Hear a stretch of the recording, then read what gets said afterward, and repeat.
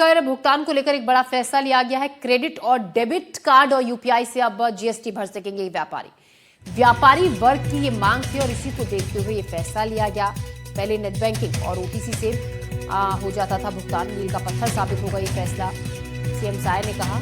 तो अब व्यापारी वर्ग की जो नेट बैंकिंग और ओटीसी से जो पहले भुगतान होता था, मील का पत्थर, ये नया फैसला साबित होगा।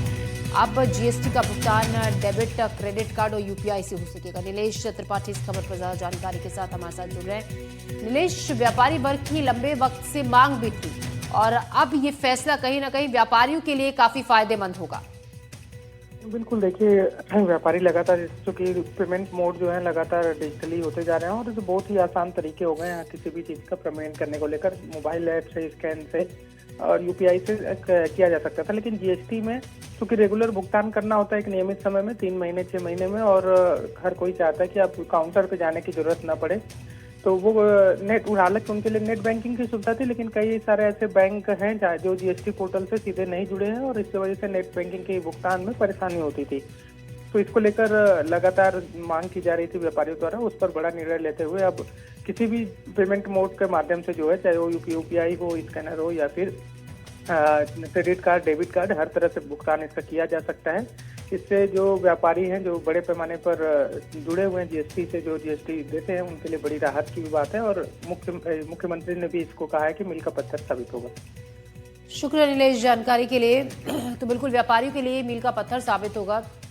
लंबे वक्त से व्यापारी इसकी मांग भी कर रहे थे। अब क्रेडिट, डेबिट कार्ड और यूपीआई से जीएसटी भर सकेंगे।